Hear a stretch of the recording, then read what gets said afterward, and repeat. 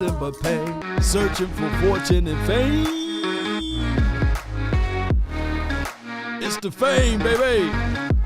Appreciate you and you for watching and tuning in to Law Nation Sports. And remember, you're listening to absolutely nothing but the cold, hard truth, baby.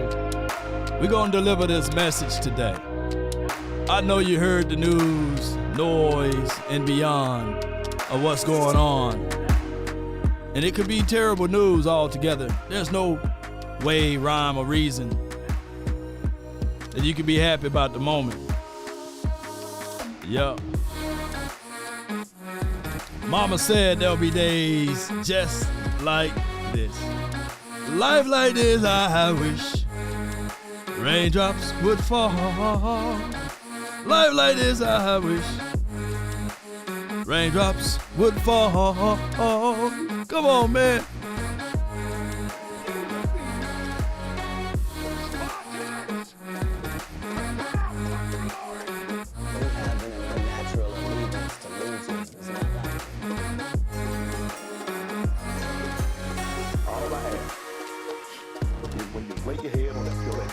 Five, 4, 3, 2, and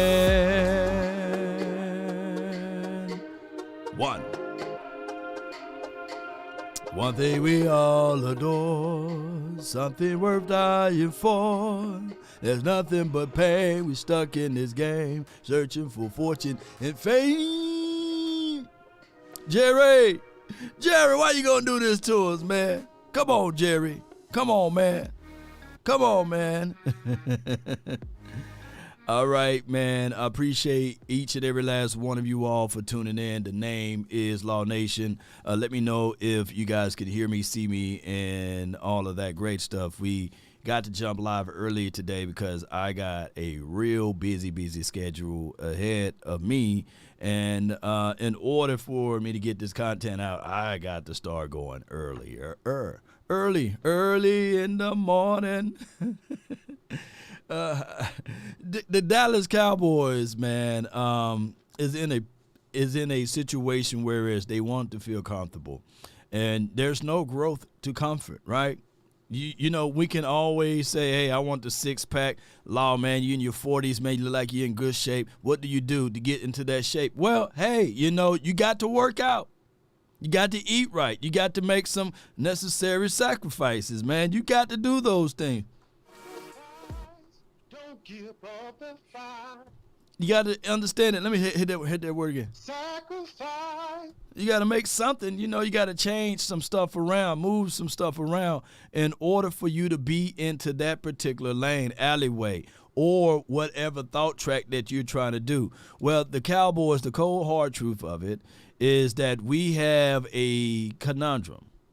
On one end, I know a lot of people want us to move on from Mike McCarthy. Dallas Cowboys not going to do that, right? Jerry Jones said he made a terrible mistake when he tried to get rid of Chan Gailey too soon. And the other part of it is a lot of people were talking about, ladies and gentlemen, boys and girls around the globe, a lot of people talking about let's get rid of Dak Prescott, which sound good, but you got $60 million. $60 million cap hit that you don't want to take.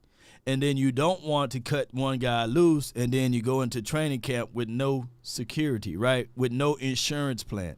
You don't want to say, okay, here you go, Trey Lance. We're going to give you the opportunity without competition. Or here you go, Cooper Rush. What happened if Cooper Rush twist his leg up or something like that? Or what happened if Trey Lance twist his leg up or something like that in training camp? And now you got Dak Prescott going to the Washington team, right? So you don't want those things to happen. So those are the realities of it, ladies and gentlemen. No matter how you look at it, no matter how you want to break it down and try to comb through it, it's just what it is. I'm saying that the YouTube may be tripping again. We have a lot of droppage, but hey, just bear with us, fight through it, ladies and gentlemen, and we will be able to still give you the message. You just probably have to rewind and then watch this clearly, okay? But we're going to get this out one way or another, ladies and gentlemen. I know Mike McCarthy press conference is about to kick off. It doesn't mean anything. What can he say? What can he do? Who cares what Mike McCarthy is about to say? Because at the end of the day, the Cowboys were not prepared. They were not ready for the opportunity. They were not ready for the moment. I would have to sum it up first and say this was a coaching spanking on both sides of the ball. Can y'all hear that? You had 4 teams defending their home turf this weekend. Who everybody had favored? No. Not in our house. Not in our house. Not on our watch. No. Right. Not in our city. The best franchise in the world, the most valuable franchise in the world. And I get a head coach that says, we were not ready to play. Did y'all hear that? I know it may be chopped and screwed, but I know you guys heard it. Your ears can hear it. Forget about the visuals. Listen to the playmaker. Unacceptable. Rewind. I would have to sum it up first and say this was a coaching spanking on both sides of the ball. You had 4 teams defending their home turf this weekend. Who everybody had favored? No. Not in our house. Not in our house. Not on our watch. No. Not in our city. The best franchise in the world, the most valuable franchise in the world. And I get a head coach that says, we were not ready to play. Unacceptable. What we supposed to do here, ladies and gentlemen? We back this team after the loss of the 49ers.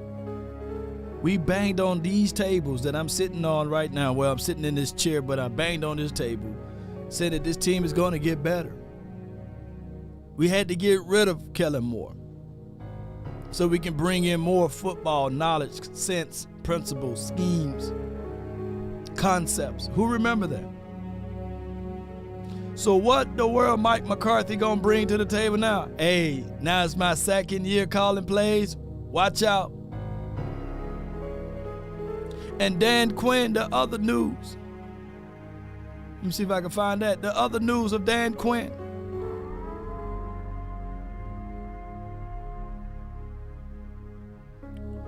Appreciate you for the super chat. Crush, appreciate you. The Cowboys expected Dan Quinn to return as Mike McCarthy defensive coordinator. Should he not be hired elsewhere?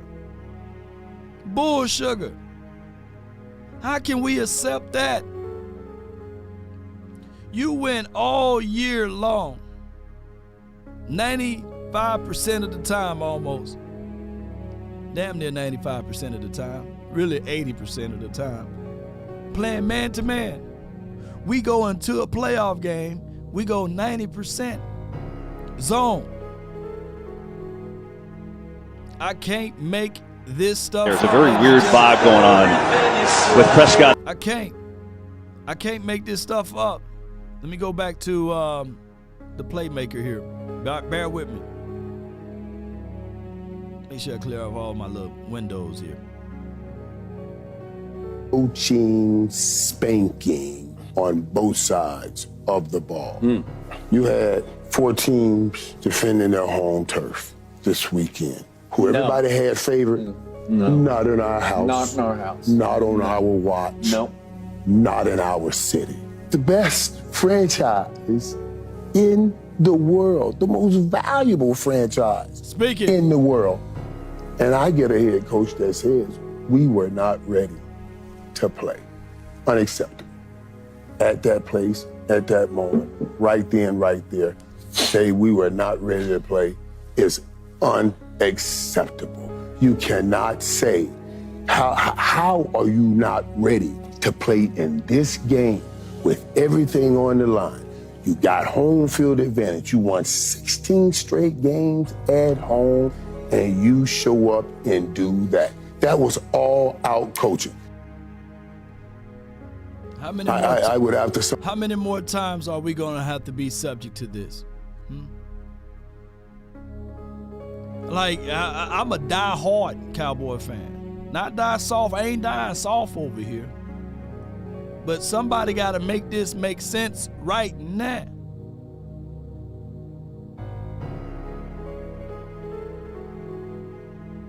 How are we going to make this work all of a sudden? Through osmosis, we're going to say, okay, we're going to be better prepared for the opportunity when everything was on the plate right there to eat.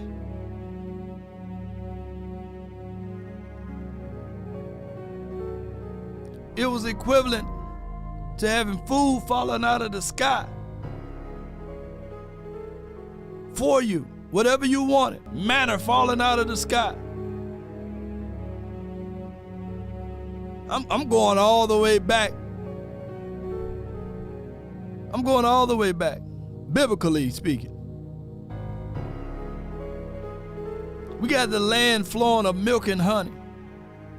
Food, all we wanted, falling out of the sky, manna falling out of the sky. Even, it said contextualizations, even when it was too hot, God provided a cloud to cover them. Their clothes never withered, never tethered. And they were still complaining. They said, yeah, that's good, no.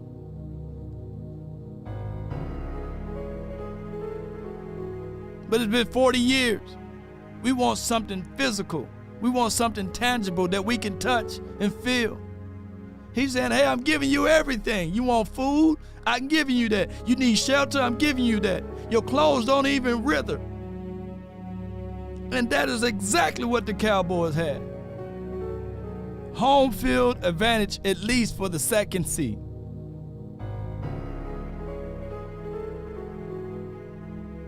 And you didn't prepare? You didn't do your homework? It's an open book test. You could at least put your name on the top of the sheet. The Cowboys didn't even do that. And we at the mercy seat of the 3-ladder to 4-ladder networks. And then you're going to say, hey, let's run it back, bring it back. I got Pale right here. Appreciate you. Thank you so much for tuning in. Appreciate you. He says, when the Avengers fought Thanos, they did not do so with just the original cast. If we run it back, we got to bring some real help. We got to get Iron Man. We got to get Thor. We need Spider-Man and the Black Panther. I get a old Pale. That's a good analogy. But excuse me. Green Bay Packers is no goddamn on Thanos. It's like bringing all of the Avengers to fight one of Thanos' minions, one of the smaller people, which were one of his minions, they ain't Green Bay Packers, not Thanos. Oh my God, Green Bay Packers definitely wasn't the Thanos. I understand the analogy there though. I understand the analogy. But the Green Bay Packers definitely ain't Thanos.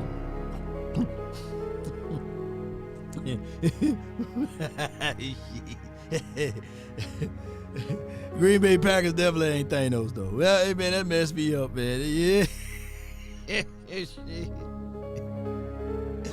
Oh my God, man. Green Bay were more like Ultron. No, they even Ultron. Well, they beat us like Ultron and Thanos. Who Green Bay are? Green Bay are like the let me find a evil man. Man, I don't even know who Green Bay are. They one of those villains without special powers. They whooped all butt. They're like a Green Arrow or somebody. That guy dog. When he went rogue, that's who they are. The Green Arrow. They not even Loki, but they beat the brakes off of us, man. Can you imagine all of the Avengers trying to fight Loki? Cyrus Claw, you know what I'm saying? That's who they are. Cyrus Claw, that's who they were, you know. The Green Goblins, and then it took all the thing. Lex Luthor, yeah. But for those who just not tuning in, according to Ed Water, the Cowboys expecting to bring back Dan Quinn for another cup of coffee. My thing is, we already know the game plan of Dan Quinn. 6 safeties, no linebackers. That's his identity. We got to have offense as it relates to our defense. That's the reality of it. Unfortunately. The cold hard truth is about this whole entire fiasco. And you can see the tension. Let's listen to this tension right built. This is Steve Smith, who I believe is a dog. He went over the whole deal with CeeDee Lamb and Dak Prescott. And I think he did a wonderful piece. Salute to my guy Koye. He retweeted it on Twitter or the X app, and I said, let me go and see what Steve Smith's talking about. And he went into great details of all of this right now, of what absolutely happened from his opinion and from his knowledge of playing in the National Football League as being an alpha wide receiver, a no-nonsense type of wide receiver, a dog nasty wide receiver. And he give us the full, complete breakdown from his notion. So let's listen to him. And you can see the tension, and the tension built up so much. As a number 1 wide receiver, you start giving a side eye. Oh, okay. Cool. So all of a sudden, the pick that he threw, Dak Prescott, he already made his mind up. It was the pick 6 to Darnell Savage. He was staring down CeeDee Lamb because they already had a conversation. CeeDee Lamb already had his face frown. So they come out and they have a little conversation. And Dak was trying to tell him, like, look, I'm trying to. He stares him down. You know who was wide open? Brandon Cooks. They didn't have a running game that was effective. And then you put all of everything on Dak Prescott. And I don't believe Dak Prescott can't. I believe he can handle it. I don't believe the offense of the Cowboys can handle not having a good running game.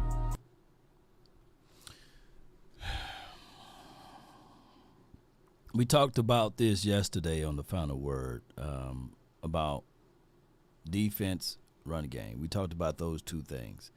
And when we start talking about, the whole notion of Dak Prescott and what do he ultimately need or what have you, and I'm looking at Dak Prescott flourishing in play action.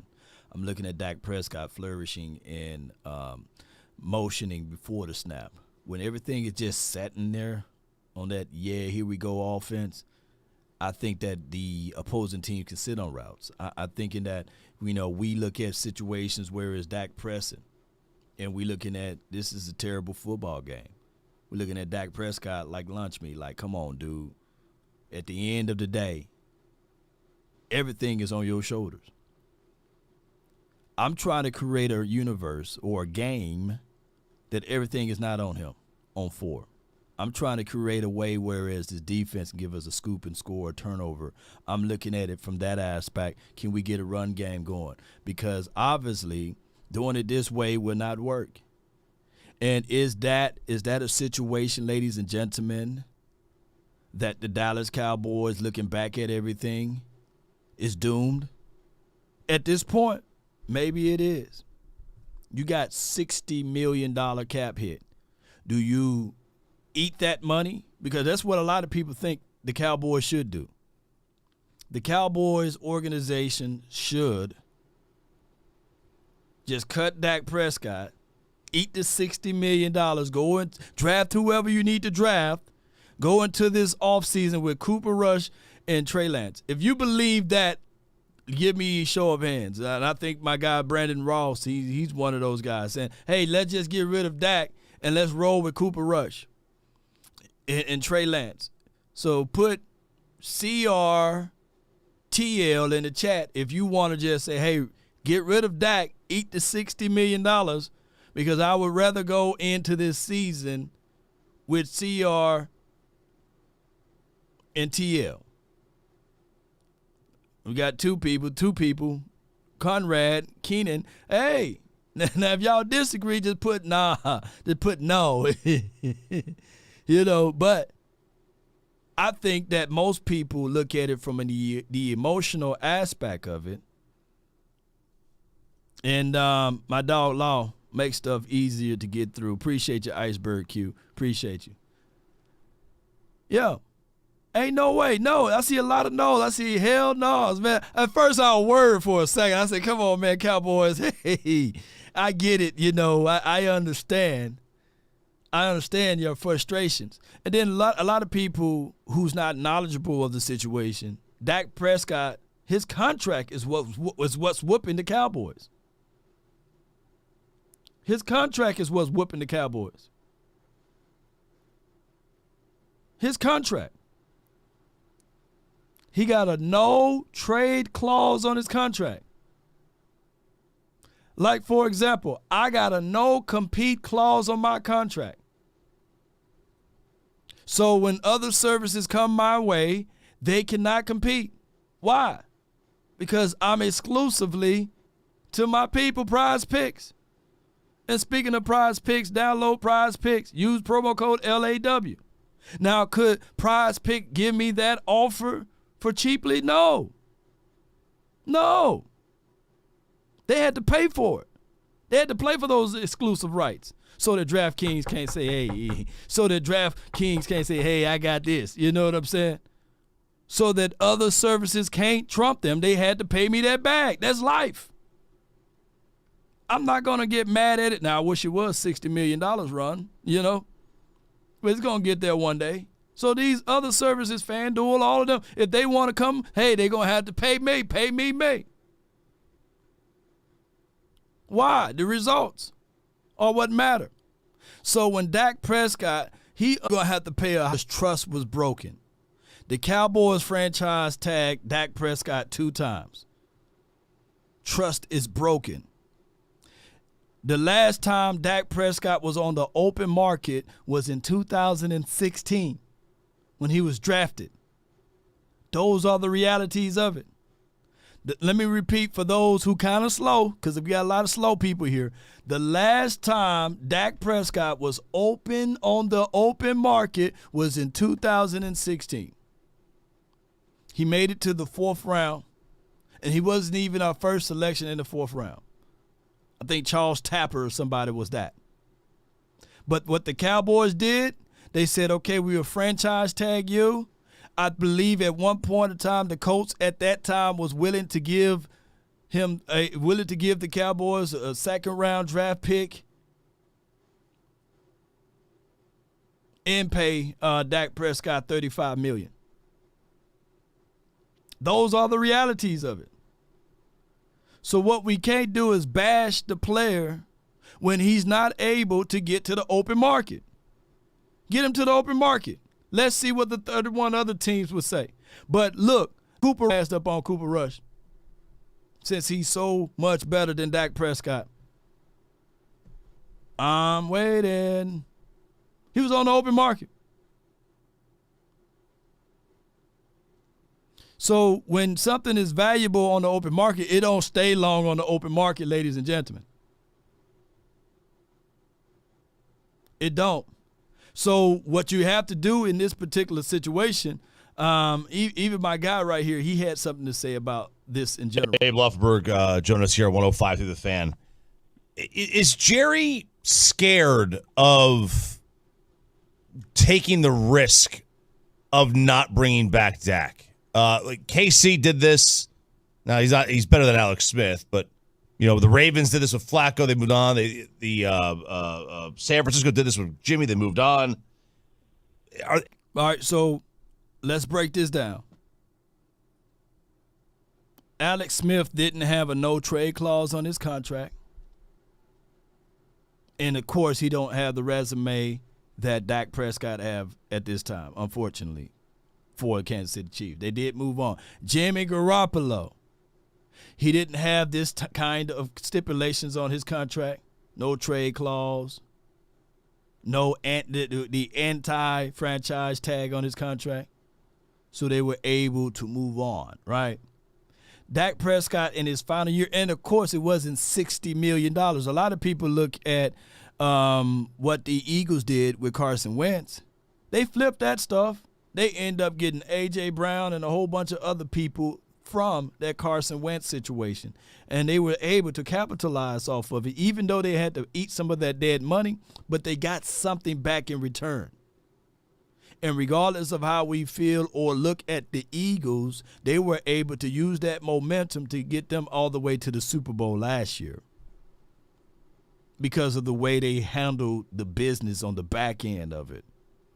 You see, we don't do those type of things. You named a superstar on the Cowboys team in the past, and let me know what we got from that superstar. I'll wait. What did we get from DeMarcus Ware? What did we get from DeMarco Murray? What did we get from Dez Bryant? What did we get from even Jason Witten? You know, we got nothing. Nothing to show for.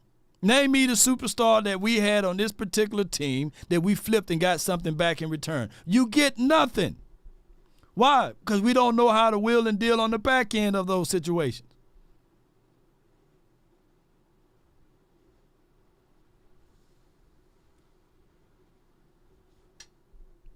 We don't. Trey Lance can do better, but Cowboys will have to stick with Dak. This is Dak delusional fan. Now, here's my truth of it. Now, I got a chance, and I have an opportunity to speak with the guys who absolutely work with these quarterbacks. And I'm not trying to flex my muscles, but here's what I'm going to say right here.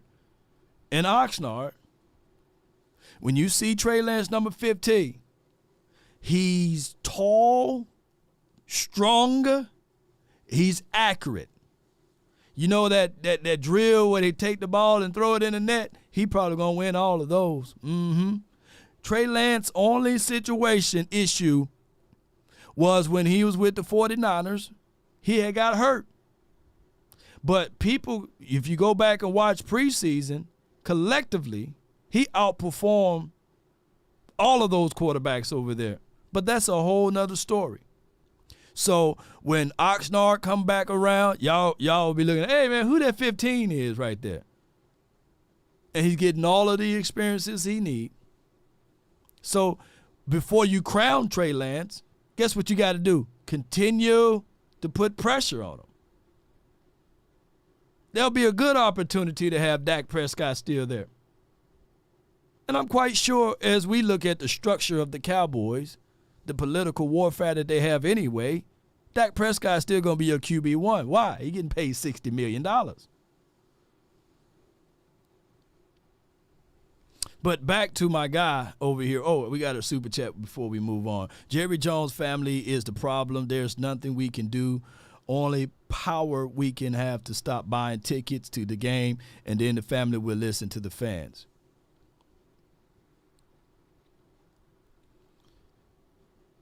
When you are a billionaire with a B, the tickets going to the game is only a fraction of the percentages of what they make. The football, and I've been saying this for like 4 or 5 years straight, they are in revenue sharing business. So if Kansas City Chiefs win the Super Bowl, everybody split that. Everybody split that. Ticket sales and all of that stuff, yeah, they might keep that in-house or what have you, which is cool as far as the merch. But Jerry Jones, last year, they had a freeze over in Dallas. He controls most of the natural gas that's in Dallas. They raised their interest rates. You think Jerry is missing out? When they built the stadium, SoFi Stadium, I believe, in L.A., don't y'all know Jerry got all of those properties there? He got houses there. He's making money in L.A. Don't y'all know he owned property in Vegas? Vegas! He's going to make money. Whatever happened in Vegas stays in Vegas, but it's also going to go to Jerry when his team is not even there. Even this week, nobody's talking about the matchups of the playoffs. Everybody, mama, uncle, cousin, Tupac, and Biggie is talking about, hey, Dan Quinn may be staying. That was going to be the leader news of the week. They're not talking about, hey, could this be the year for Lamar Jackson? No, they talking about the Dallas Cowboys. You would think that there's only a spoonful of teams, and the Cowboys done won 50 Super Bowls. So nothing we can do to affect the Jones. And he's 82. He done seen and count all of the money that he can count. He ain't worried about that. He be long gone and dead before, excuse my French, because he could outlive us all. Not gonna put death on that man like that. And here's the other cookie to it. The Cowboys Stadium is considered a tourist attraction. Cowboys Stadium is not even played in Dallas. It's played in a suffering city called Arlington, where they raising the property taxes and everything else. Look like a war zone through there when you drive through it. Pothole here, pothole there. They got Six Flags, they got the Rangers, they got everybody there. It's a vertical city. So you get stuck in traffic all day, and now you got nothing but to do but to buy stuff. It's not even in Dallas, it's Arlington. And they got to pay there, the people. They paying it. Jerry is not paying it. The taxpayers are paying it, you know. And they get outvoted every time. Little man versus big man. So there's nothing we can do. Nothing we can do. But just sit back and ride the wave and hope. And hope. Law is not about money. It's about bringing embarrassing. I promise you, Jerry and Steven don't want to be embarrassed. You gotta understand.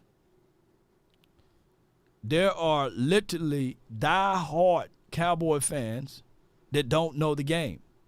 There are millions of people who would just love to go because Jerry created detractions of the tourists. There would never be empty seats in Dallas, Texas, because if not, we're not going there. If we play the Raiders, or if we play the Washington team, or if we play San Fran or whoever, they going to buy those tickets. They going to be there hard and strong saying, hey, we at Jerry World. Look at this big old TV. It's a whole experiment. The experience is everything. I'm telling y'all, man, if you ever been to the game, let me know. And you say, yeah, you know, shoot, people travel to go there. Is he too chicken, I guess to say, to take the risk of maybe taking a step back and failing, but ultimately to get the better quarterback? Well, I mean, it's a good question. I mean, I think if Dak were out there on the open market, you'd see 20 to 22 teams, 24 teams clamoring for his services. Would you agree? Yeah, somewhere around there, yeah. I mean, is Kansas City going to go swing a deal for him? No. There's a few teams like that, a few, but there aren't a ton. So I remember I did an interview with Sally Jenkins from the Washington Post when Kirk Cousins was in the second year of his franchise tag up there in Washington. And I said, you can go a long time looking for a guy as good as Kirk Cousins. So he's not your top three quarterback, but you can go a long time trying to find that guy. And look what Washington has done. Now, they've been looking for the guy since Kirk Cousins left. Wouldn't Washington have loved to have had Kirk Cousins over the last 6 years?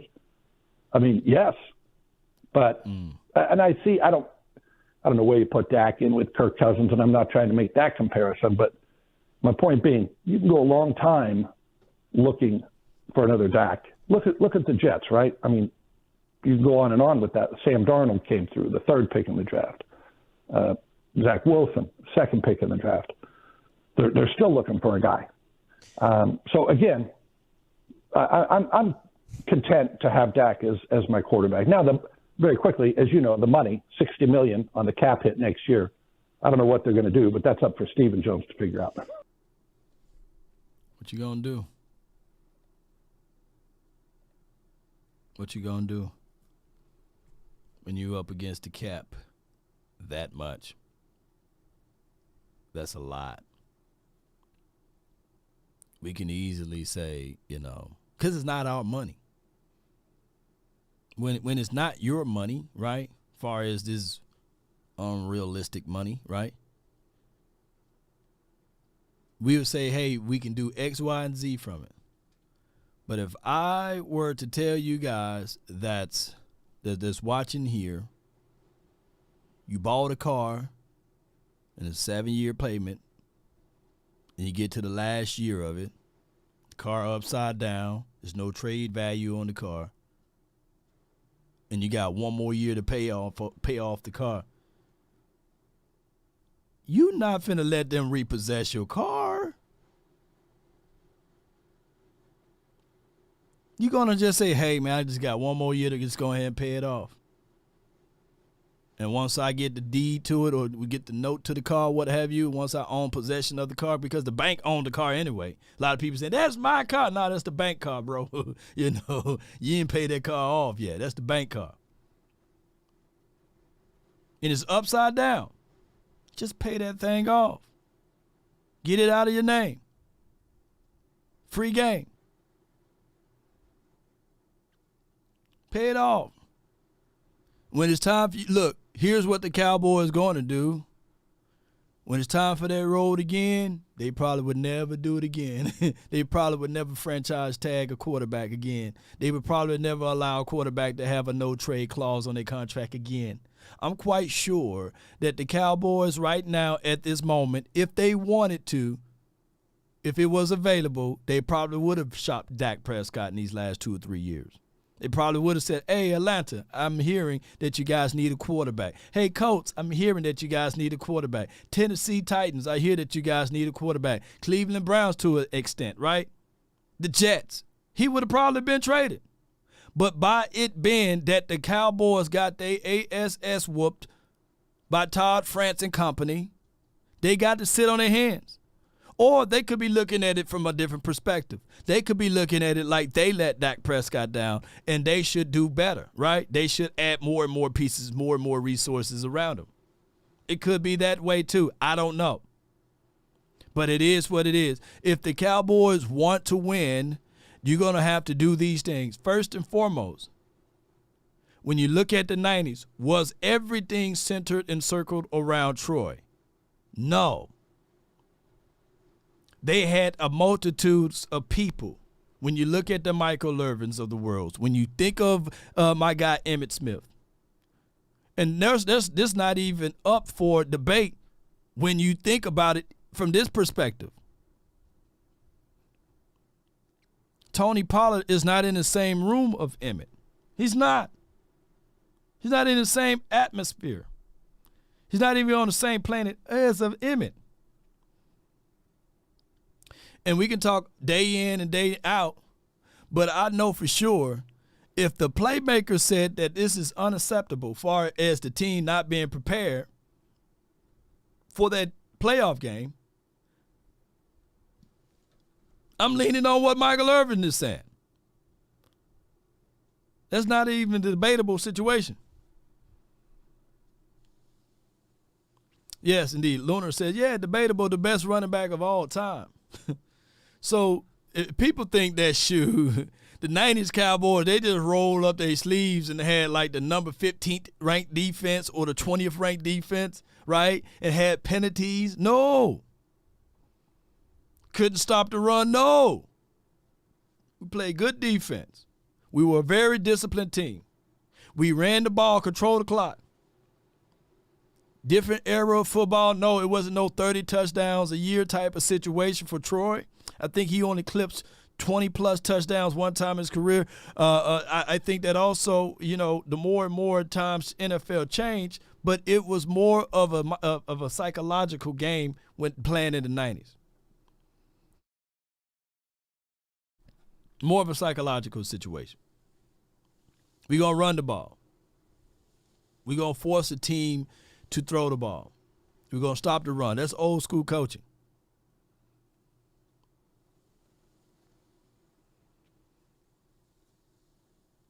How many sacks we got for the season? Well, we didn't put it like this.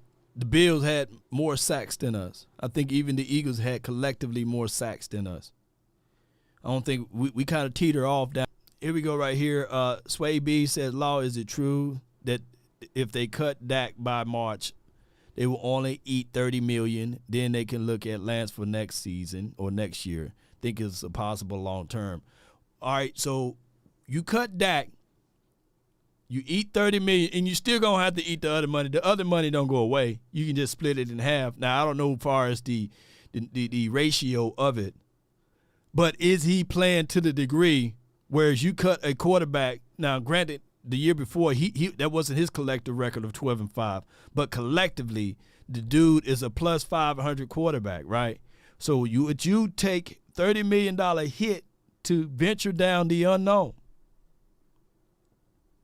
I wouldn't do that. That's not wise. That's not a logical decision there. Now, if that get hurt and then you throw Trey Lance out there, that's a whole nother situation. But if you cut the brother, a healthy quarterback at this point who was an MVP candidate, right? Regardless of whether or not he won it or not, that's not making a sound decision, in my opinion. In my opinion.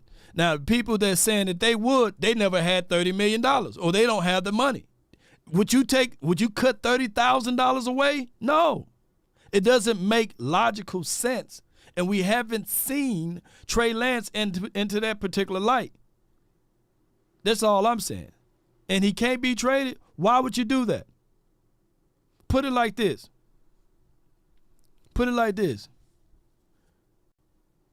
We complain about 12-5, 12-5, 12-5 because we are the Cowboys. Can you imagine if the Washington team was 12-5, 12-5, 12-5, what you think that they would do? They would continue to build. We would be looking out from the outside, looking in like, damn, at least they win in 12 games.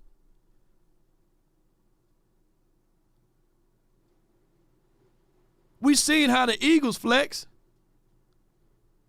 We see it, and they only had back-to-back good years. Can you imagine them going 3 years, 12-5, 12-5? You wouldn't even get a word out. The Giants, if they went 12-5, 12-5, 12-5, see, we looking at it from the prism of the eyes of a Cowboys fan. Bad Dog right now would love to have 12-5, 12-5, 12-5. I remember Louis T. when they won the division in 2020, he wouldn't let us talk. Alicia, $10. Law, I'm hurt as a fan. If these coaches couldn't see the problems last year when fans did, I'm scared they won't fix them again. Air Bay, MLB, etc. I can't do another year of we like our guys. Yeah, that's a core philosophy for them. We like our guys, right? It's just a core philosophy. They're going to always say that. We like our guys. Losing in the playoffs is Thanos. Is from Freddie J. Appreciate you. Thanos to who? Oh, Thanos to who? Because we can't call the Green Bay Packers Thanos. And shout out to you, Militia, for your super chat. Freddie J says, okay, yeah, you said that earlier. Appreciate you. And you said it twice. Appreciate you, man. Thank you so much for your support. 12-5 hurts more than 8-8. 8-8. It depends on which perspectives you're looking at it. We in dogfighting 8-8 games, 8-8 years. And we were spit upon, laughed at, and scoffed at, and not even given the opportunity to advance, even to see a playoff game. So I get it. But perspectives are everything. I'm old enough to remember 5-11, 5-11, 5-11. Remember that? And they were going to continue to keep 5-11, 5-11. But when it was time to get that new stadium built, hey, the sponsors, the people that shell out the money said, hey, if you want this to happen, dog, you're going to have to give us something that we can really see. And that's when he made the pull the trigger for Bill Parcells. Yeah. And this is what I'm saying here. I'm not satisfied with 12-5, 12-5, 12-5. I'm with the notion that it is Super Bowl or bust. Every year, I want to go to the Super Bowl. People don't say, hey, man, I want to live through life just to get to the 12th grade. when they growing up, going through school. No, they say, hey, I want to live through life to graduate so that it can put me in better situations. Not saying that those will count for success, because here's the other thing of it, y'all. Success is subjective. Success is very much subjective.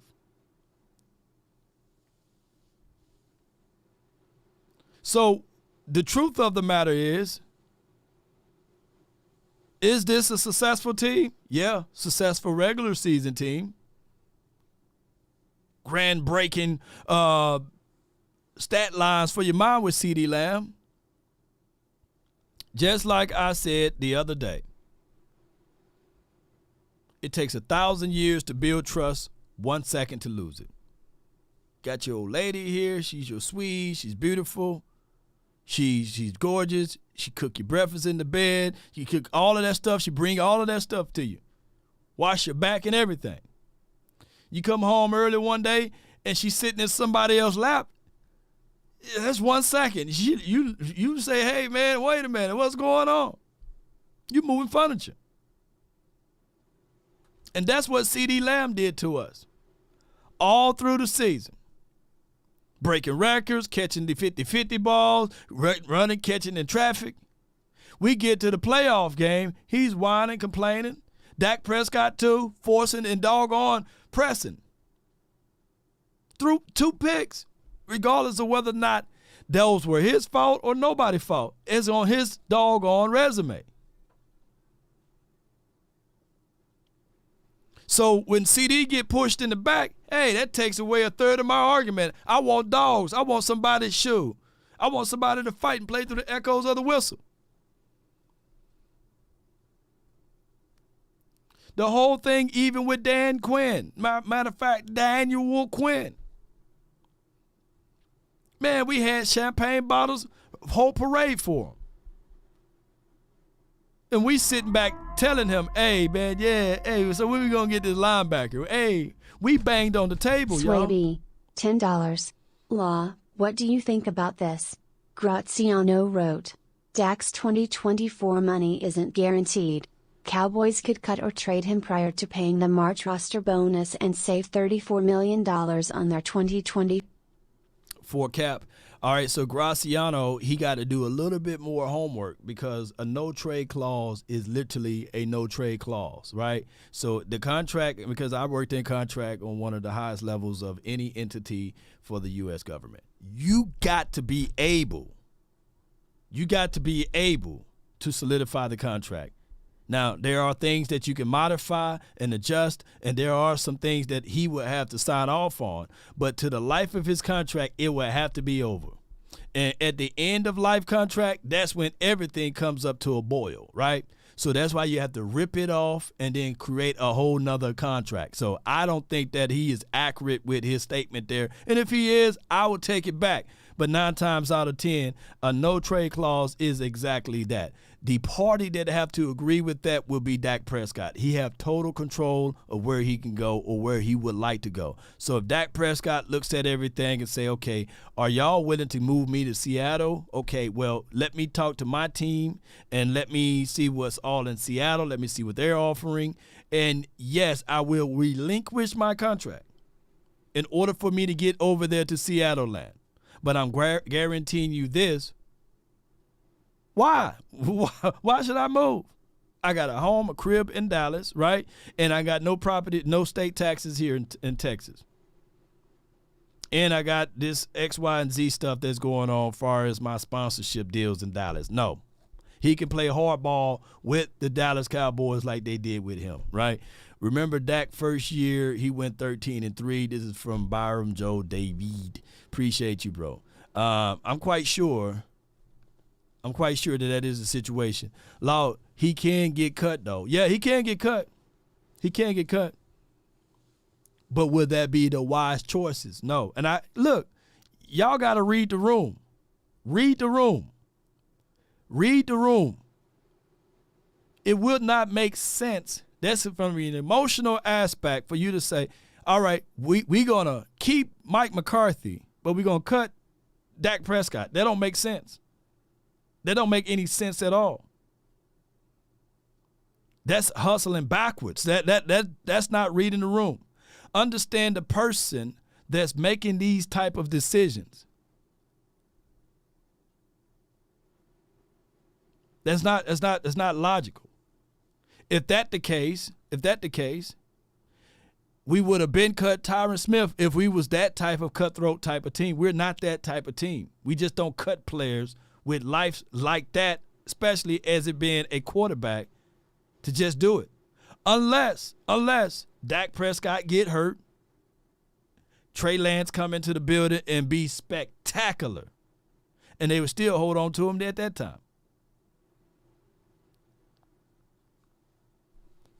Yeah, Paul, that's what they're doing. They are letting Dak Prescott and Mike McCarthy play out their final year. That's what they're going to do, from my thoughts of it. Now, Jerry Jones, I'm old enough to remember we had a quarterback, not going to say his name. We went 8-8, 8-8, 8-8, and there was another quarterback who said, you know what, don't pay me my money. I'm going to go into that particular year and risk it all, and you can pay me at the end of the year. And that quarterback name was Joe Flacco. He had got his bag, but our quarterback went 8-8, 8-8, 8-8, and then they extended him, right? So that's how this team and operation been moving, y'all. Unfortunately, fortunately, So that's just what it is. And there's no ifs, ands, or buts about it. There's none. It is 10:44. Appreciate everybody for tuning in. 10:44. Let me see what they got here. Hold on. Bear with me. Bear with me. Hail Mary.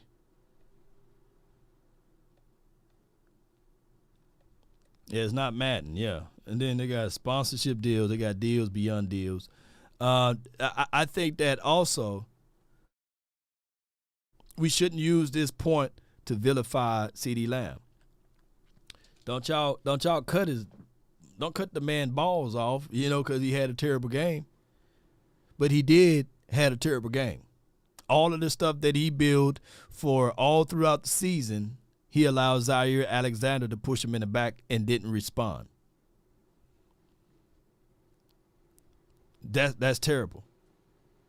So that's just who the Jones family is, man. Y'all, look, people want the zebra to change his stripes, man. People want the leopard to take away the spots and dots, man. Nah, it ain't going to happen. It's not going to happen. It's not going to happen. Let me see what they're talking about, because he said something about this right here. Hold on. Bear with me. Team, next. If you love sports, and I mean love. Y'all said Mike McCarthy live. I don't hear it. But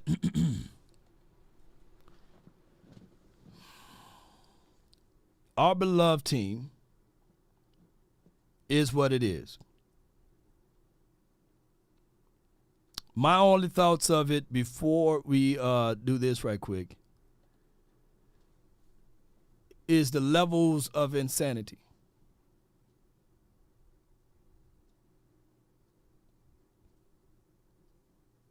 The cold, hard truth of this,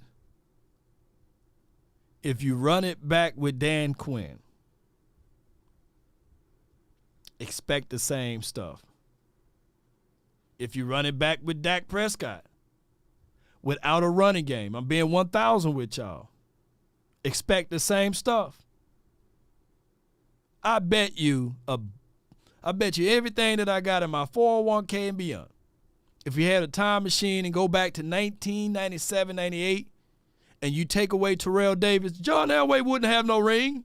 You take away that defense, and if the defense allowed all that run, he wouldn't have no rings. He would have went down in history as a quarterback that can throw some good balls. It takes a complete team, y'all. Who was was it Adam Vinatieri or whoever that kicker is? If you go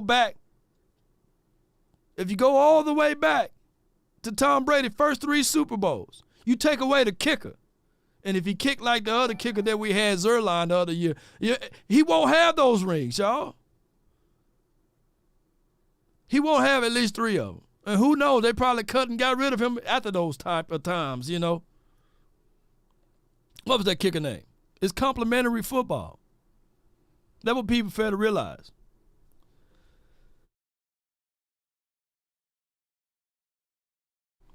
People fail to realize that. It's complimentary football. People only look at one side of the spectrum. What was that kicker too? Was it Adam Vinatieri or was it other somebody else? I keep on forgetting his name. It was Adam Vinatieri. You take away Adam Vinatieri's shoe, the golden foot shoe.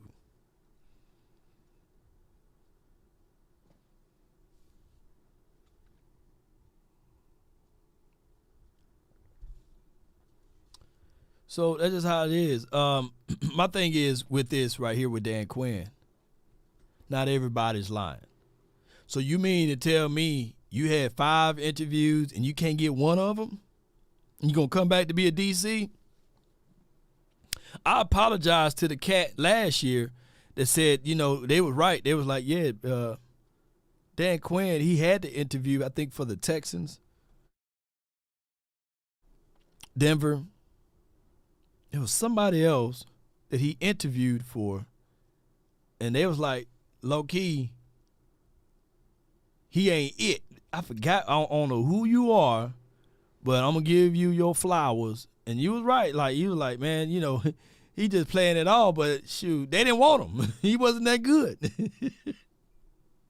Maybe they owed him something, man. Maybe they were right. Who was it? Man, I know you watching. Shoot, let me give you your flowers. Say it was me, I'll give you your shout out right now. It was me, Law. He just played it out like, yeah, I'm going to come on back and roll it back again. Now we won't be able to see it. Because what they probably say is, what was your game plan? What was your plan of action against Green Bay in the interview? And he probably like, hey. And then they probably say, what happened in Atlanta? And he probably can't answer those questionings.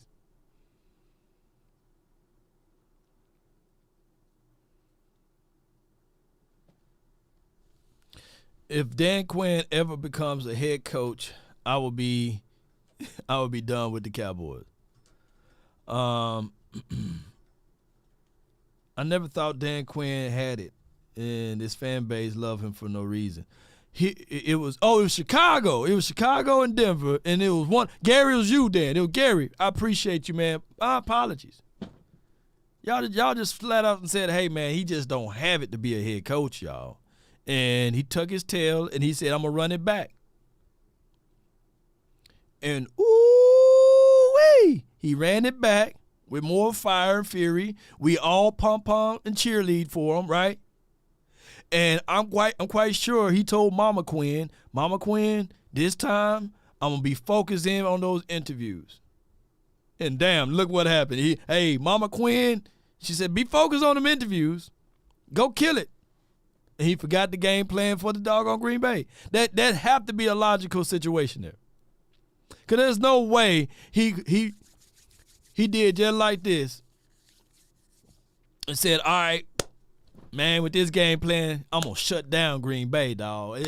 Hey, man, they ain't going to know what hit them. I'm going to put J-Ron Curse on top of the roof, right? Oh, yeah, but they ain't going to see this coming. Yeah, I'm going to drop Parsons in the middle of the field. I'm not even going to have him even rushing. You know, I'm just going to drop him. You know, I ain't going to have him playing linebacker. Shoot, wait till they see this right here. Shoot. I'm Dan effing Quinn around here, man. Come on, man. And Mama Quinn's like, hey, did you study? Did you get ready for that interview? Did you get the job? He said, oh, it's not until after this week. He had to do that. My guy, let me see if I can get it right here. Let me see. Boom, boom, boom, boom. I think my guy, Rome, he had something to say. And he had a great point. I'm going to see if I can find it. Okay, yeah. Here you go right here. He says, the only good thing that could come from Dan Quinn returning is that this first time he will be facing backlash and scrutiny, from everybody basically. And I'll just paraphrase that. That could be the situation and scenario. Flat out, right hand to the man, ladies and gentlemen. Right hand to the man. Because, man, trust and believe. Here's my truth on it. Tangibly saying, because, let me go one more person, man. Y'all good? Y'all good. Y'all don't got nowhere else to go, right? I know y'all ain't listen to the Mike McCarthy interview. Like he gonna tell us something new, right? I know y'all ain't listen to that. I know y'all ain't listen to that. Let me see if I can find it. Hold on, I had to hit my call button. All right, let me see if I can find it. Hold on. Here it is. Mr. Jones at all, because I feel like I learned a lot from him. Really have learned a lot from him as far as like on the business side of things and, how he runs. I don't think nobody in the game better than him when it comes to business. Yeah. So let's make that clear. Yeah, man, I think this is the best Cowboy team I've saw in a long time. I love Dak and CD connection. Yeah. I think they the best in the game. I kind of wish me and Romo had that, you know what I'm saying? Yeah, 120, 120 receptions. You ain't gonna do this. Yeah, I ain't never saw that. You stop giving them the pressure, they might have kept throwing you the ball. Hey, facts. They got the talent. I think they the overall best talented team in the NFL besides the Baltimore Ravens. You look at Mike McCarthy, he's a Super Bowl winning coach. Yep. Is he the coach to take this great collection of talent to the ultimate prize, which is the Lombardi? He gonna say 1,000%. Now this was before the playoff game. This is clearly before the playoff game when they do the recording. That's the only thing. So so that's the difference too when you do a pre-recorded video versus live. Like live, you get instant reactions of what's going on. Like we had a pre-recorded session at Ray Ray's studio, great studio downtown yesterday. And live, while we were drilling.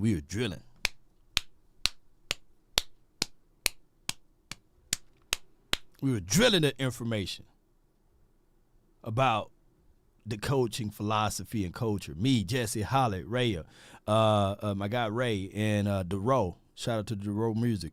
We were going ham on the culture of the Cowboys. And then we had to pivot. Breaking news, Mike McCarthy is staying, right? Because the first news that we heard, Mike McCarthy gonna meet with Jones family Thursday or Friday, right?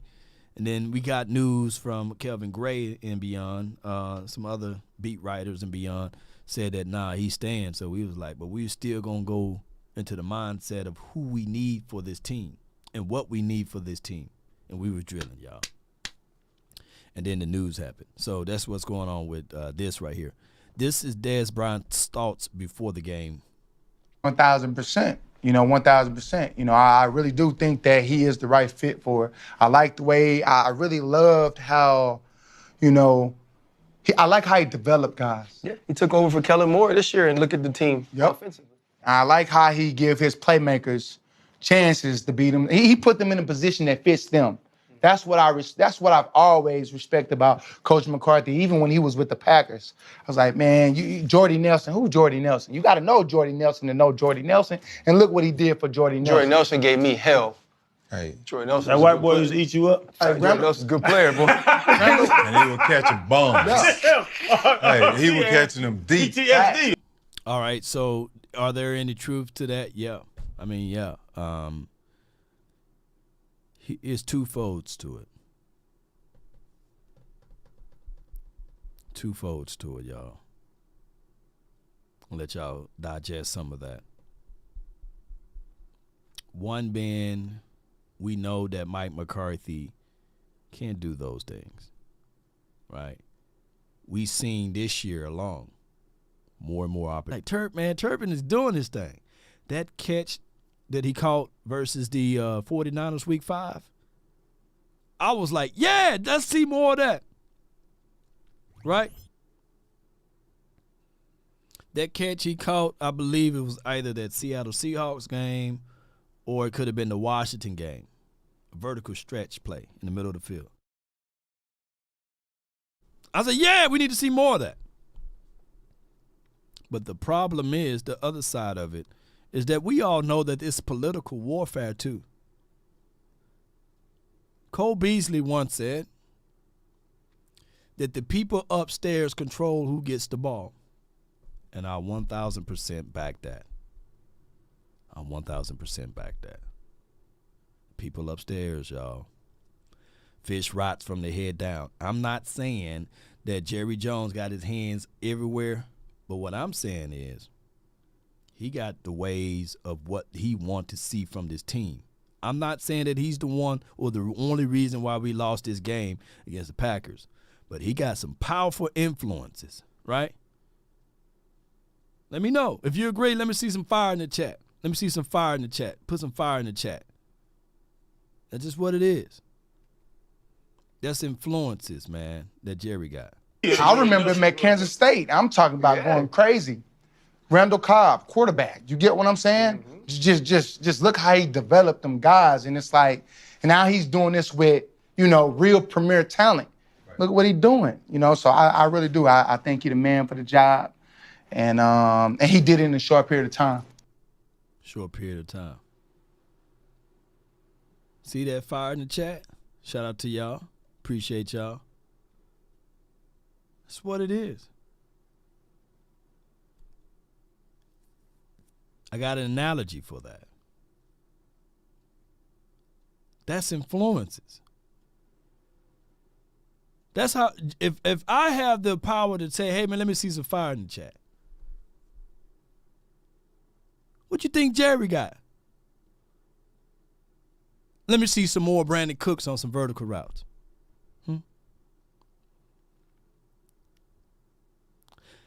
Let me see more Michael Parsons on the edge. We don't know his thoughts on whether Michael Parsons is off-ball linebacker or edge guy.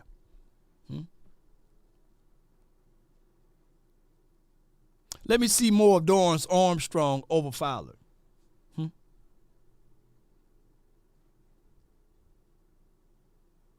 Let me see some more of Gallup out there. I'm paying him $60 million collectively. But Turpin is killing it. Yeah, but he can wait. I need to see my money. Run that Gallup play again. Gallup did ball in that Green Bay Packers game. See, I told y'all. And that could be a blessing in disguise for us, too, because we said this the other day. His trade value went crazy this year. But it also sparked. Ooh, that trade value sparked on that Green Bay Packers game. Because we can now show good tape and say, hey, man, you looking for a quality number 2 wide receiver? Look what he did when the moments were bigger and brighter. He outperformed the number 1 wide receiver. Oh, yeah, we would get a 3rd-round draft pick, 4th-round draft pick for him. Or we'd get this player for him, Because at some point, ladies and gentlemen, you drafted Jalen Tolbert for a reason.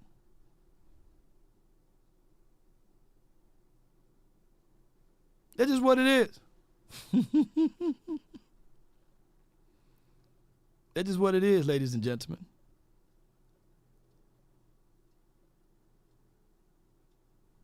Oh, here you go, right here.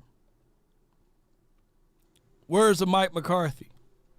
Quote, Cowboys coach Mike McCarthy, when asked about Dan Quinn, will he be back as a Cowboys DC if, that's the operative word, he doesn't get a head coaching job somewhere else. Quote, Dan is a highly valued member of our coaching staff. We'll go through the process here, quote, unquote. I want him gone, man. There's a saying, someone show you who they are, believe them the first time.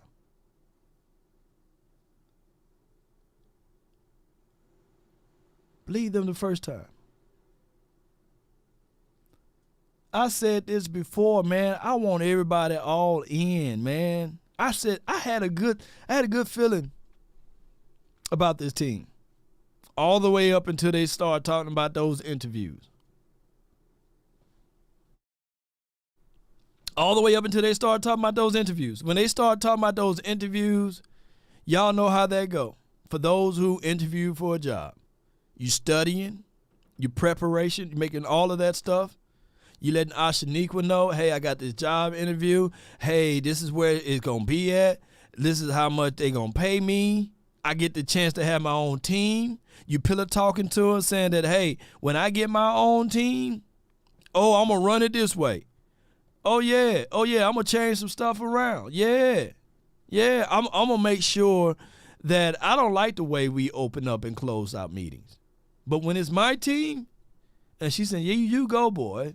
And she's rubbing your back. She's praying to God, Allah, Yahweh with you. You know, you're already looking at school districts. You're looking at the weather. You're looking at people that you can develop and grow yourself. And you're going over questionings, and you're going over everything that you may have missed out the last time. That's how we do on those interviews, right? Man, I had so many interviews growing up, man. I stopped telling my loved ones about it. Shoot, my mom, man, may she rest in peace. Man, she used to, did you get the job, baby? Did you get the job, baby? Did you get the job, baby? I was like, I don't know. I feel real good about it. I'll never forget, I felt real good about one job. And I told her, I said, yeah, I got this job. I'm going to name it and claim it. And then, like, 2 weeks later, we regret to inform you that another candidate been selected for this position. Then I have to go back to mom and say, hey, mom, I don't know what I did wrong. And then she hit you up with that good word. What God has for you. Don't y'all hate that? You be like, I don't want to hear that. That's the job, God. God, I want that job. Yes, indeed. Yes, indeed. Y'all been there before. You be like, come on, man. One job, I haven't seen it. Look, I've been applying for one job so long that they done hired somebody, right? And I'm sitting there like, I know I'm better than that person. Then they done fired that person, came back open again. I tried to get that job and somebody else. Then it's my third time, they finally offered me the job. And I said, I don't even want it no more. I don't need it no more. I got a better job. I started hating that company. See, and then I said, see, that's what happened. Y'all should have hired me. Y'all would have stayed in business. But it is what it is. Y'all don't think these guys are human beings. That's what y'all don't think. So, shoot, when Dan Quinn got those calls, man, hey, Chargers might want to take a look at you, Dan. Seattle, hey, Pete Carroll stepped down, you know. Yeah. Panthers might know you. May want to bring you in for a cup of coffee. Atlanta maybe want to revisit, but nah, they say passed on you. But Tennessee is really want to. Hey, shoot, his ego is like, shoot, he's on the phone with Mama Quinn saying, Mama Quinn. Mama Quinn. And it's probably just like this. Mama Quinn was probably telling Dan, shouldn't you be focusing on the Green Bay Packers right now? You got to finish what you started. He said, no, baby, I got this. You know. Y'all know I'm telling the truth. Y'all know I'm telling the truth. Riggs, I can't take this no more.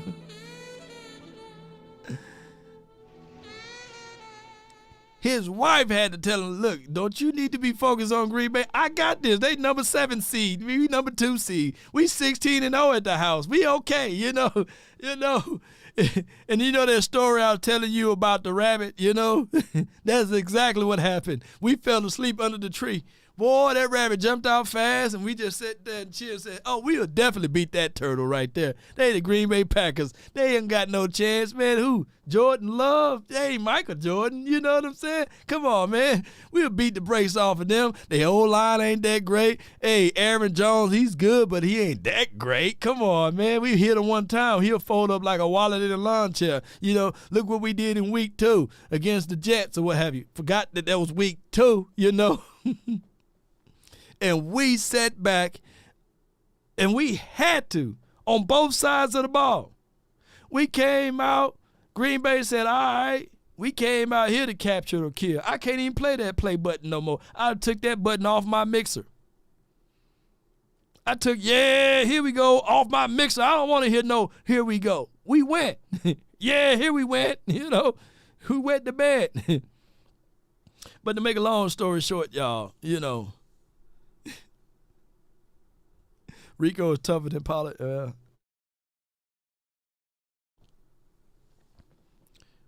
And I ain't gonna talk about Micah Parsons nor Pollard. You know, all I'm gonna say is that ain't no way we were prepared for that. And for those who just not tuning in, we gonna play this one more time. And if you think you know more football than him and been in bigger moments than him, then Lord, may you have it. Sum it up first and say this was a coaching spanking on both sides of the ball. You had 4 teams defending their home turf this weekend. Who everybody had favorite? No. Not in our house. Not in our house. Not on our watch. No.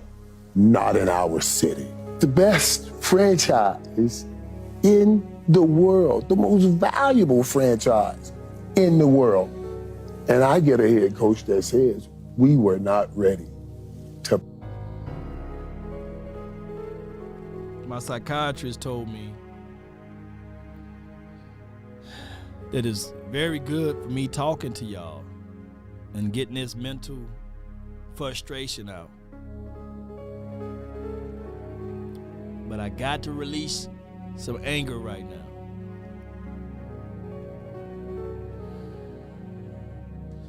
Ooh, son.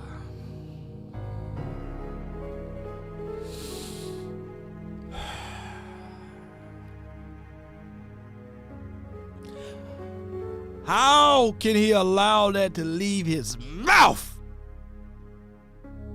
and say that I wasn't ready to prepare this tape? How? Y'all don't feel that frustration? I'm still getting mad. I'm mad all over again. You not mad? Don't y'all know what opportunity we left on the table? And he get to weeble wobble his big tail up there and say I wasn't prepared. Dan Quinn out there playing zone. And I'm quite sure, was he prepared for those doggone interviews? Ooh, son. I can't see them running this back. Oops. Upside the head, they running it back. So now what they are saying to us psychologically is that what they're saying is that we gonna have to go through all of this off-season training camp, me flying out there to Oxnard to give y'all the real stuff, because I know y'all ain't gonna be depending on them to tell y'all some stuff, because they would tell you anything. So y'all want the real stuff, so I'm gonna spend my own hard cash to go out there, right, to get some of that good stuff, go through the preseason, go through the regular season, and then we gonna have to see whether or not they gonna be prepared and ready for the moment. I always tell y'all it's better to be prepared for an opportunity and not have one than to have the opportunity and not be prepared. That's why even when you're traveling for your interviews or wherever you gotta go on the road trip, gas up the night before. Check the tire pressure before you get on the road. It's rudiments to life. Make sure you check everything out. Driving a vehicle is much more than just putting gas in it, y'all. I don't know why I played that clip. I done got pissed off. I'm mad all over again. Oh, I'm mad.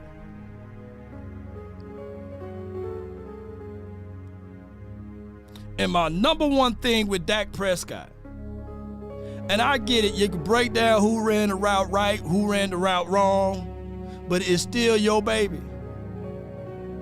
Oh, it was a one-night stand, but she was fertile. That's your child now.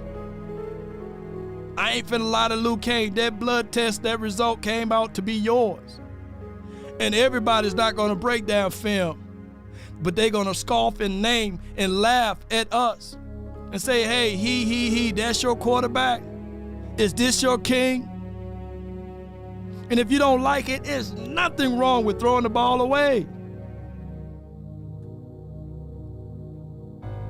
Run the ball. Don't throw it to the other team. Matter of fact, we would have accepted this loss a little bit better if you didn't take the ball away and gave them pretty much 14 points. Momentum is everything. What was our order all through season? Lamb, Ferguson, and dead Cooks. There's no Cooks. Lamb, Ferguson. You messed up the whole order.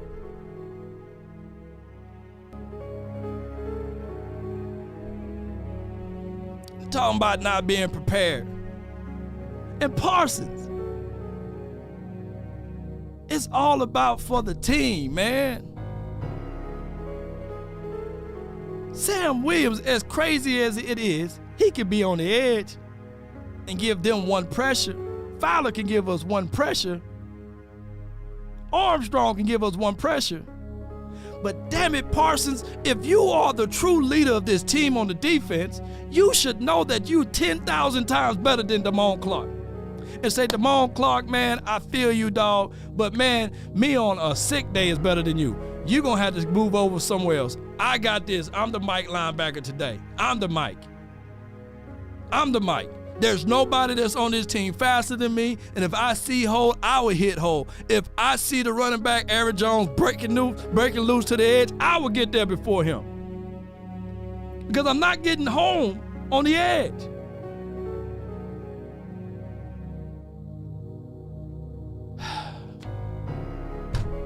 This don't make sense, man. We don't have nobody that can see this? Nobody that can see this stuff, y'all? You mean to tell me nobody on the defensive side of the coin could literally just see Damone Clark making business decisions, Euro stepping as a linebacker? He Euro stepping. 2 basketball players basically at linebacker. Marquise Bell, what he gonna do? Shoot a free throw? Layup? 205. There's people watching bigger than him right now.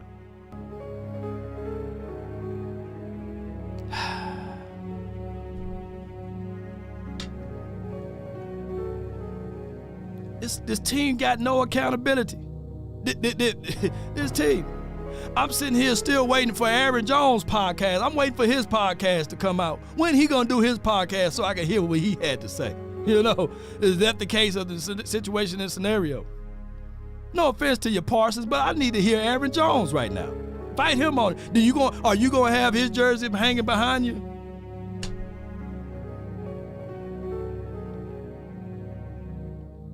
These guys literally were Euro stepping, dog. I can't make this stuff up. Let me get on up out of here, man. Oh my God. Lamar Odom says 205 starting middle linebacker, you know. And boy, we addicted to this abuse. People like, hey man, wait till LVE get back, man. We gonna bring LVE back. He gonna stop the run, but they had amnesia. They didn't forget. They forgot all about that Cardinals game. They ran for 255 yards, still running on us. I can't make this stuff up. Stockholm Syndrome. Yes, indeed. That's what we got at this point. And the craziest thing of it all, ladies and gentlemen, Jerry Jones made more money since 95 than he made his 92, 93, 94 season. Lord, do you have any truth to that? He got a $3 billion stadium, a $3.2 billion workout facility at the Star in Frisco. Come on, man. He bought a yacht, a plane, a helicopter. Man, come on, man. And he got a gold jacket to match. Come on, man. Told y'all success is subjective. He's making money. The NFL signed a guarantee, not maybe, a guarantee deal with Amazon for $111 billion with a B. And y'all talking about boycotting some t-shirts and hats and stuff like that. They laughing at us all the way to the bank. They said, y'all let a naysayer know, you know what I'm saying? Y'all let a naysayer know that shoot, we making money hand over fist. And y'all know how Amazon, I put in that I needed some a time clock for, the little kitchen, the little time clock timer. On Amazon, I ordered it this morning. It came at 11 o'clock. Somebody was knocking at the door. That's how fast Amazon works. Shoot, Amazon fast, y'all. But all right, man, I appreciate y'all, man. Thank everybody for tuning in. I got mad about that one. I apologize, y'all. I got mad. I couldn't even, let me finish the rest of it. To play. Unacceptable. At that place, at that moment, right then, right there, say we were not ready to play is unacceptable. You cannot say, how are you not ready to play in this game with everything on the line? You got home field advantage. You won 16 straight games at home, and you show up and do that. That was all out coaching. Let's run it back. Disregard what that dude says, Disregard with what he said.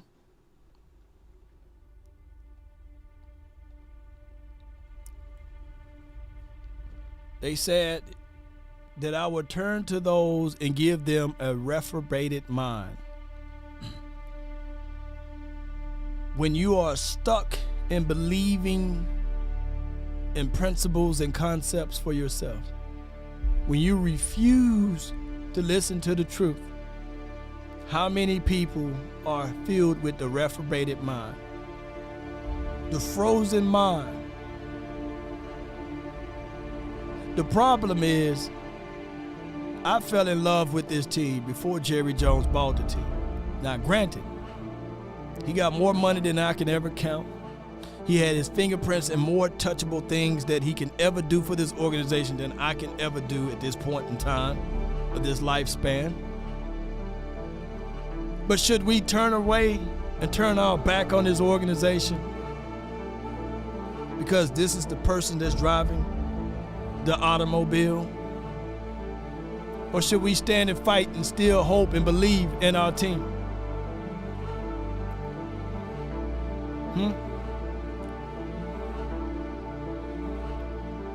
What should we do? All I can say is, for those who were born in 97, 98, 99, God bless y'all.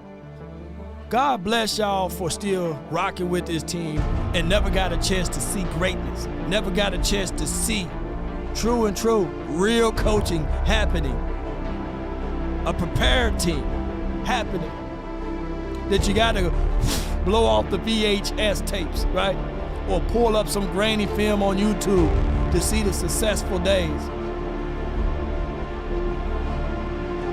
Y'all are more of the diehard fans than some of us older ones, because at least we can lean back on some of the glory times, the greatness. So all we gonna do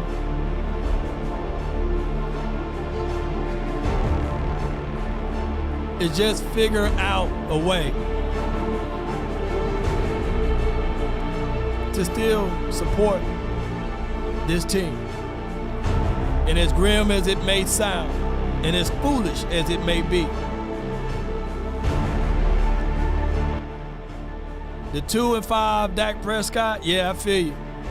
He can't escape that. That's on his resume. That's the ketchup stain that's on his shirt. But if you make it about Dak Prescott, you'll forever be in that tunnel of darkness. I look at it this way. This particular team need to figure it out. You got $60 million. That's with $60 million on the table right now. That's a cap hit for that particular quarterback. Either you properly plan to move on,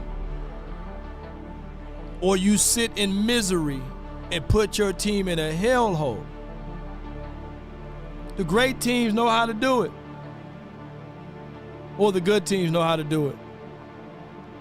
It's tangible. Green Bay Packers.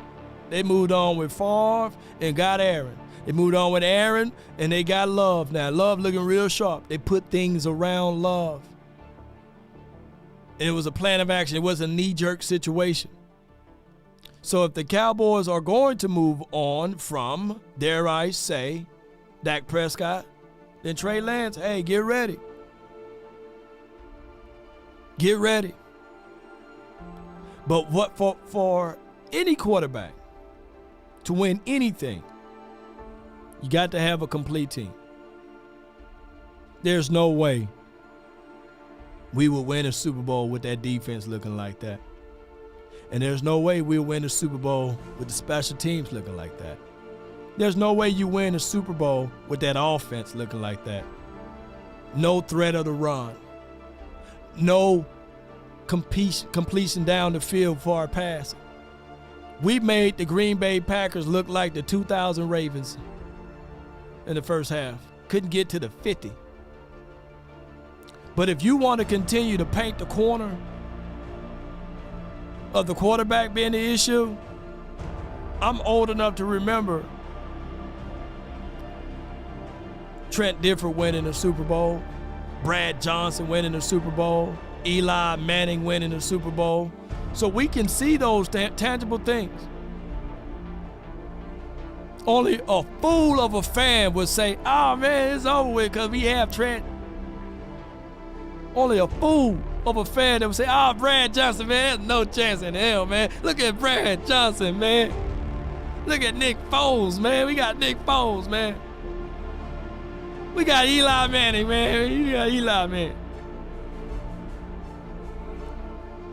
But a smart, intelligent team would say, okay, let's build this great defense. Let's put run game around it.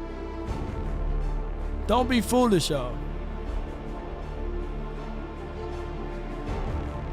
Don't be foolish. That's all I'm saying.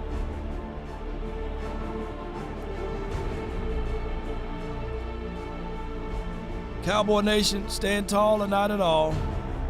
Continue to figure out ways. Figure out a way to build that culture. I see you, Curdy. Figure out a way to build culture. Culture is everything. That's been my time. I really thank you all for yours. And remember, you're listening to nothing but the best. Go Cowboys. Roll those credits. Get on up out of here. Until next time.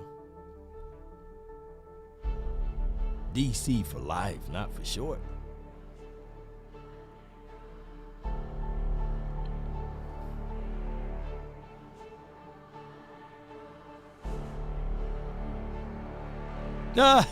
Conrad, go watch football, bro. Conrad, yeah, Eli was great. Go watch football, man.